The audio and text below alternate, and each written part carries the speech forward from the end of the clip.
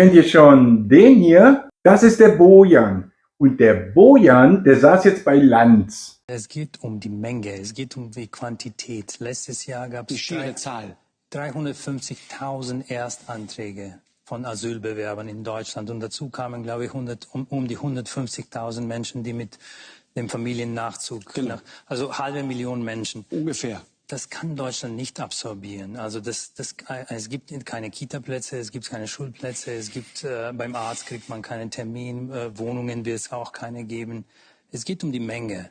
Also das ist relativ einfach zu verstehen.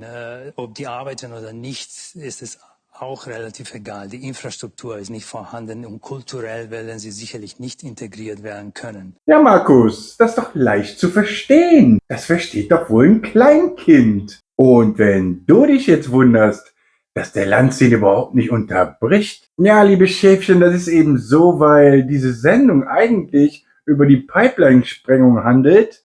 Und der Bojan, der ist nicht irgendwer. Der Bojan hat nämlich den ganzen Kram aufgedeckt, dass es angeblich Zelensky war im besoffenen Kopf, den das Kommando quasi gegeben hat, diese Sprengung durchzuführen. Und der Bojan ist in dem Fall so seriös, der hängt ja auch immer mit diesem Ronzi rum. Mit dem hat er auf jeden Fall einen Podcast gemacht über genau dieses Thema. Und natürlich ist er auf das Ergebnis gekommen, dass es nicht die USA war, nicht Russland, es muss die Ukraine gewesen sein. Natürlich waren das alles Superspezialisten, top ausgebildete.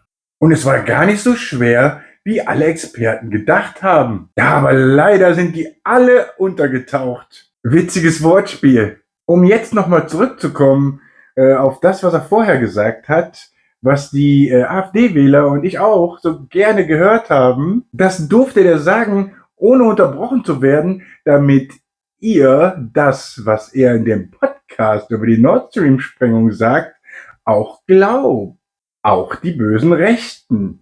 Immer schön aufpassen. Manchmal sind die Dinge anders. Und zweitens, als man denkt. Lasst euch nicht täuschen. Und wir sehen uns im nächsten Video, Freunde. Haut rein!